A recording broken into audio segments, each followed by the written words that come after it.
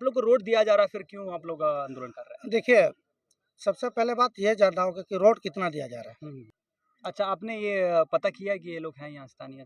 बिल्कुल। या फिर जिस तरह आप लोग कह रहे हैं कि बाहर से जो आता है वो अतिक्रमण कर रहा है यहाँ पे, उसके बाद यहाँ पे घर बसेरा बना के आखिर में नियोजन पर हाथ फेर रहा है, तो कहीं न कहीं वही चीज़ होते हुए देखिए दिख रहा है। तो ये तो गैर कानूनी हुआ, जब ये घर जो बना हुआ है सरकारी वन भूमि पे जो है घर बनाना, तो गैर कानूनी हुआ अभी ना? सरकार वन पट्टा दे रही है। हुँ। अब देखिए तो ये देखिए पट्टा एक मिला बात एक इनको? एक एक बात बता रहा आपको। कि और भी गाँव यहाँ बस गए हैं, शांति नगर कहा हुँ, जाए, जो हुँ। कि वन भूमि पर है।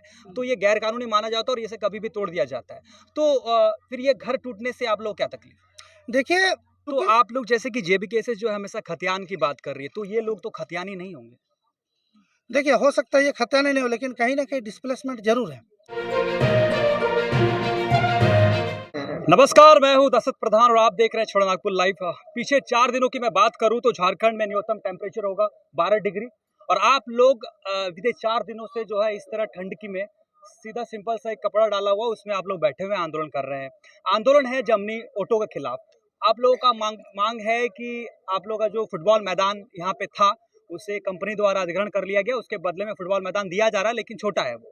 और उसके बाद रास्ता के लिए आप लोग लड़ रहे हैं, रास्ता भी कंपनी तरफ से दिया जा रहा है। फिर आप लोग क्या चीज़ का संघर्ष कर रहे हैं और रास्ता कहाँ कुछ क्या दिया जा रहा है, उसके बारे में बड़ा डिटेल्स में जानेंगे, क्या है क्या कुछ? देखिए, यहाँ जिस प्रकार से सरकार द्वारा ये जियाडा को ज़मीन आवंटित किया गया है, जो कि एक वन भूमि ज़मीन है। और वन भूमि ज़मीन में किसी भी प्रकार से वो जो वन भूमि का ज़मीन होता है, वो वहाँ के स्थानीय आदिवासी मूलवासियों का ज़मीन होता है। और इस ज़मीन पर आप पता नहीं कौन-सा अधिनियम के तहत सरकार जो है वन भूमि को भी अधिग्रहण करके जियाडा के द्वारा कंपनी यहाँ बनाने का कार्य कर रही है, जो समझ से परे है।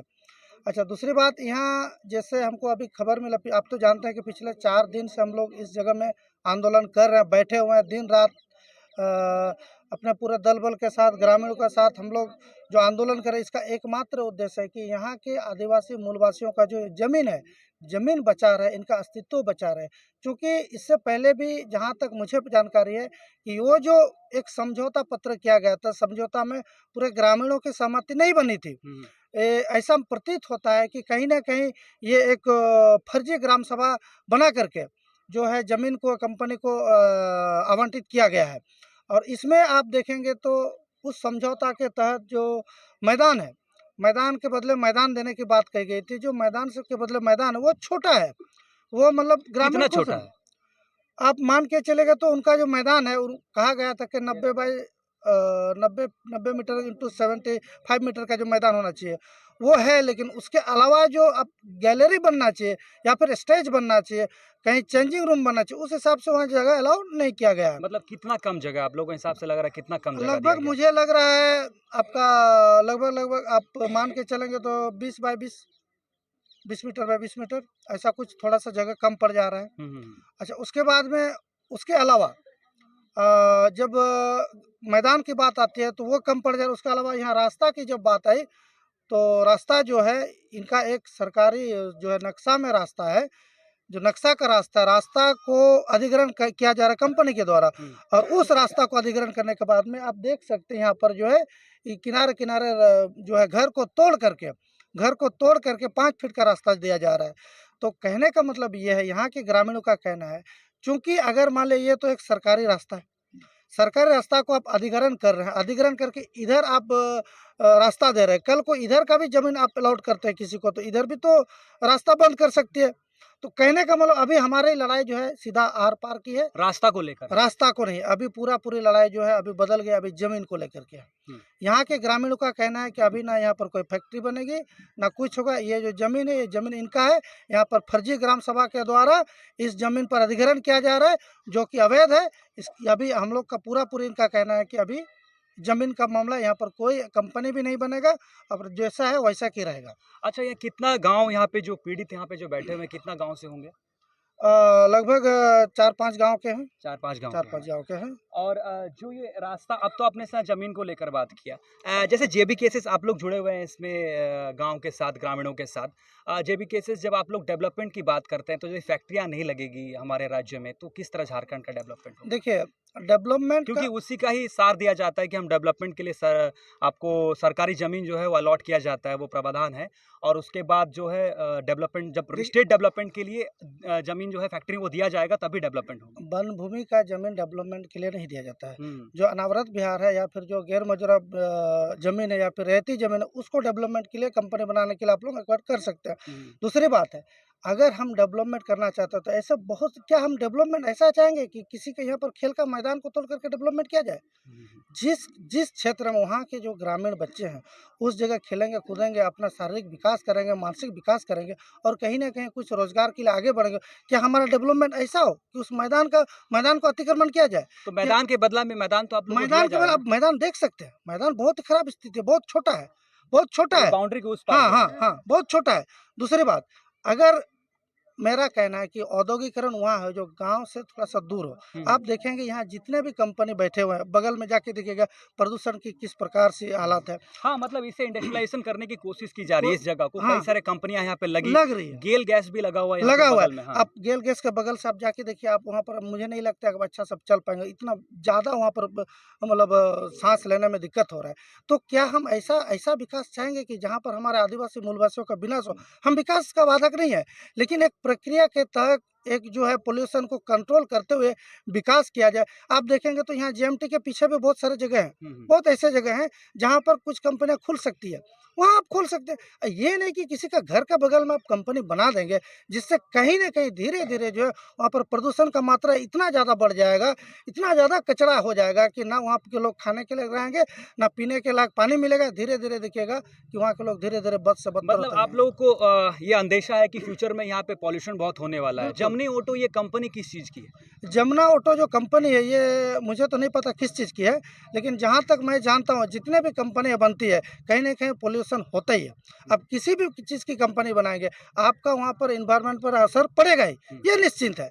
तो मेरा मानना ऐसा है कि जिस जगह पे कंपनी बन रही है, उसके अगल-बगल में बहुत सारे ग्रामीण हैं और इनका तो चारागाह भी नहीं है। हुँ, इनका तो चारागाह भी नहीं है, चारा इनके जो है मवेशी है, उनका चारागाह का भी जगह नहीं है। इनके जो खेती लायक ज़मीन है, वहाँ पर इनको खेती के लिए भी दिक्कत हो जा रहा है। हुँ, हुँ। तो मेरा ये कहना है कि विकास हो, हम किसी कंपनी का विरोध नहीं कर रहे, कंपनी लगनी चाहिए, लेकिन ऐसा जगह पे चयनित होना चाहिए कि जहाँ से जो है वहाँ ज़्यादातर वहाँ के लोगों के स्वास्थ्य पर भी ज़्यादा प्रभाव ना पड़े और अगर पड़ते भी है तो उसको जो है सीएसआर फंड के तहत में ऐसे बहुत सारी चीज़ की जाए जी, जी। जिससे तो उस चीज़ों का आप डिमांड कर सकते हैं कि कंपनियाँ लगने के बाद जो है सीएसआर के तहत में तमाम सुविधाएँ जो है दिया जाए और प्रदूषण के खिलाफ जो है उस समय आप लोग उसको डट के मोर्चा कर सकते थे, मोर्चा बाँध सकते थे। देखिए, बिल्कुल, सीएसआर फंड के तहत अभी तक आप देखेंगे जितने भी कंपनी हैं, आप देखेंगे तो केवल और केवल लूट-मार का स्थिति चला हुआ है।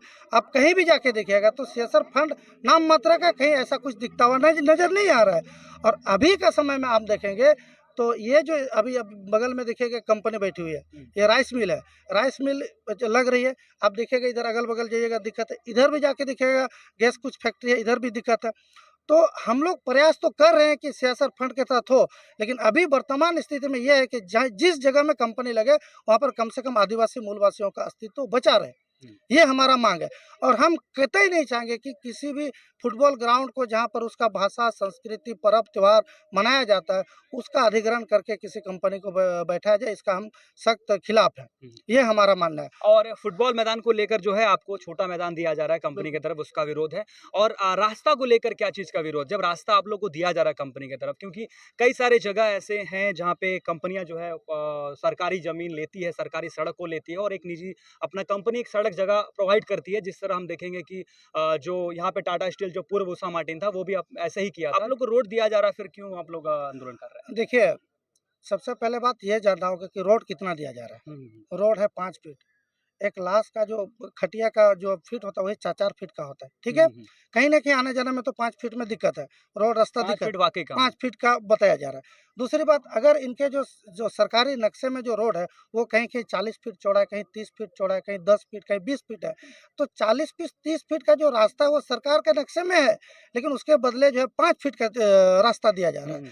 अब मैं समझने वाली बात ये है कि जब 40 फीट का जब रास्ता सरकार का है और यहाँ 5 फीट का रास्ता दिया जा रहा है, तो इसका मतलब घोटाला हो रहा है, ज़मीन का भी घोटाला हो रहा है। आपके पास 40 की जगह में 5 फीट दे रहे हैं, 35 फीट का जो रास्ता वो आप खा जा रहे हैं, पैसा खा जा रहे हैं। तो ये है, हमारा माँग यही था कि जो भी रास्ता, हम इससे पहले भी हम लोग प्रशासन से बात किए थे, जो स्थानीय आपके जो जमुना ऑटो के प्रबंधन से, आयरा से बात किए थे कि कम से कम ये जो रास्ता है आप कम से कम 10 से 15 फीट का रास्ता छोड़ दीजिए, किसी का घर को ना तोड़ा जाए। नहीं, घर टूटेगा, लेकिन रास्ता इधर से बनेगा। इस सड़क से जो है यहाँ रोड्स गुजरती है तो ये घर टूटने के हाँ, घर अंदेशा है। टूटने के बाद ये भाई ये 40-50 साल से ये लोग रह रहे हैं, तो तो ये मतलब रजिस्टर्ड तो नहीं है, सरकारी नहीं, नहीं, ज़मीन नहीं, पर है, हाँ, ये वन भूमि अतिक्रमण की वाली। ज़मीन है।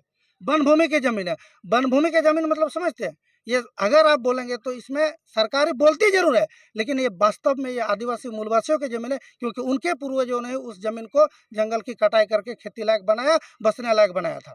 तो कहीं न कहीं इस पे पहला अधिकार यहाँ के ग्रामवासियों का है। तो ये तो गैर कानूनी हुआ जब ये घर जो बना हुआ है सरकारी वन भूमि पे जो है घर बनाना तो गैर कानूनी हुआ अभी ना? सरकार वन पट्टा दे रही है। हुँ।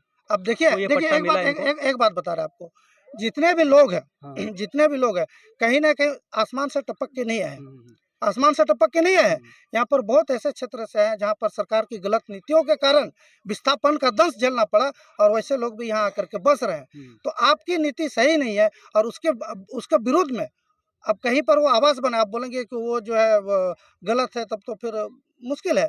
क्योंकि यहाँ क्योंकि देखिएगा, ऐसे सरकार कई बार कार्रवाई करती है कि जो वन भूमि हो उसमें जो आपका अतिक्रमण होता है उसको हटाती है सरकार। बहुत सारे जैसे कि यहाँ हमने कुछ दिन पहले देखा, यहाँ पे एक फ्लैट है, उसका बाउंड्री सरकारी ज़मीन वन भूमि पर था, वो बाउंड्री को तोड़ दिया गया। जैसे कि आप देख सकते हैं कई और भी गाँव यहाँ बस गए हैं, शांति नगर कहा जाए जो कि वन भूमि पर है। तो ये गैर कानूनी माना जाता है और इसे कभी भी तोड़ दिया जाता है। तो फिर ये घर टूटने से आप लोग को क्या तकलीफ? देखिए सबसे पहले बात है, घर जो है उस ग्रामीण का उसका बसेरा होता है, ठीक है? हुँ, हुँ, हुँ। उस ग्रामीण का बसेरा होता है घर, और अगर घर टूटता है तो समझ लीजिए उसका जो है ज़िंदगी खराब से खराब हो जाता है। घर बनाना बहुत ही मुश्किल होता है। अब बात ये रहा, सवाल ये रहा कि ऐसा क्या ज़रूरी चीज़ सरकार को आ पड़ा कि हमेशा गरीब के पीठ पर ही चले? गरीब के पीठ पर ही क्यों चलेगा? किसी अमीर के पीठ पर क्यों नहीं चल रहा? आज जब ये ज़मीन जो है सरकार, जैसे वन भूमि का ज़मीन है, इसको आप किसी न किसी तरह से आप उसको आवंटित क्यों कर रहे हैं आप? सवाल ये है। उसका तो वो तो यहाँ आए नहीं, वो तो बाहर के, वो तो चेन्नई के। उसको आपने अधिग्रहण ज़मीन देने का बात किया, जबकि ये वन भूमि की ज़मीन है और यहाँ पर यहाँ के ग्रामीणों का हक है। उनके बिना ग्राम सभा के किसी को ज़मीन अलॉट नहीं किया नहीं, जा सकता। ग्रामीणों पे हक हम समझ रहे हैं, लेकिन यहाँ पे जो घर है, वो अतिक्रमण का घर है, तो कहीं न कहीं अतिक्रमण को जो है आप कानूनी ठहरा रहे हैं, मतलब उसको गैर कानूनी नहीं आप बता रहे हैं। नहीं, नहीं, नहीं। अभी मेरा ये कहना है कि ये जो घर है, ये घर नहीं टूटना चाहिए, चूँकि इन लोगों जो है अभी से 30-40 वर्षों से यहाँ पर रह रहे हैं और अभी का सरकार में जिस प्रकार से वन पट्टा देने की बात की गई है, तो वन पट्टा भी मिलना चाहिए। दूसरी बात है, ये जो घर है अगर टूटता है तो ये कहाँ जाएँगे? सबसे पहले बात तो ये जाएँगे कहाँ? तो सरकार तो को इनका ऐसा खतिया पॉलिसी बनना चाहिए कि इनका जो आवास है, वो आवास कहीं न कहीं इनको उपलब्ध कराया जाए, जहाँ इनके जो पीढ़ी है पूरा स्थायी रूप से रह सके, ये सरकार को करना चाहिए काम। तो चूँकि आप लोग जैसे कि जेबी केसेस जो है हमेशा खतियान की बात कर रही है, तो ये लोग तो खतियानी नहीं होंगे? देखिए, हो सकता है ये खतरनाक नहीं हो, लेकिन कहीं न कहीं डिस्प्लेसमेंट ज़रूर है। ये विस्थापित का दंश झेले हुए हैं, क्योंकि यहाँ पर तो जितने लोग हैं, तो ये चांडिल से आए हुए विस्थापित लोग हैं। अच्छा। चांडिल से आए हुए विस्थापित लोग हैं। तो आप ये नहीं बोल सकते कि वहाँ तो इन लोगों का शायद विस्थापित वाला कुछ पेपर-वेपर भी होगा, तो विस्थापित लोग हैं। खतियानी का बात नहीं है, विस्थापित लोग हैं, तो विस्थापित क्यों हुए? हुँ, हुँ। सरकार का गलत नीति के कारण हुए। और हमारा तो यही कहना है कि यहाँ पर खतियानी का बात, यहाँ स्थानीय हम किसको मानते हैं? स्थानीय में हमने बताया, हमारे टाइगर जयरामदा ने कहा कि 4-5 कॉलम हमारा रहेगी। या तो उनके पास ज़मीन संबंधी कागज़ होगा, कुछ वन पट्टा होगा, कुछ भाषा संस्कृति पर कुछ होगा, भाषा संस्कृति की जानकारी, 3-4-5 कॉलम को जो हम बात करें, उसके अंतर्गत ये हमारे स्थानीय होंगे। अच्छा, आपने ये पता किया है कि ये लोग हैं यहाँ स्थानीय? बिल्कुल। या फिर जिस तरह आप लोग कह रहे हैं कि बाहर से जो आता है वो अतिक्रमण कर रहा है यहाँ पे, उसके बाद यहाँ पे घर बसेरा बना के आखिर में नियोजन पर हाथ फेर रहा है, तो कहीं न कहीं वही चीज़ होते हुए देखिए दिख रहा है।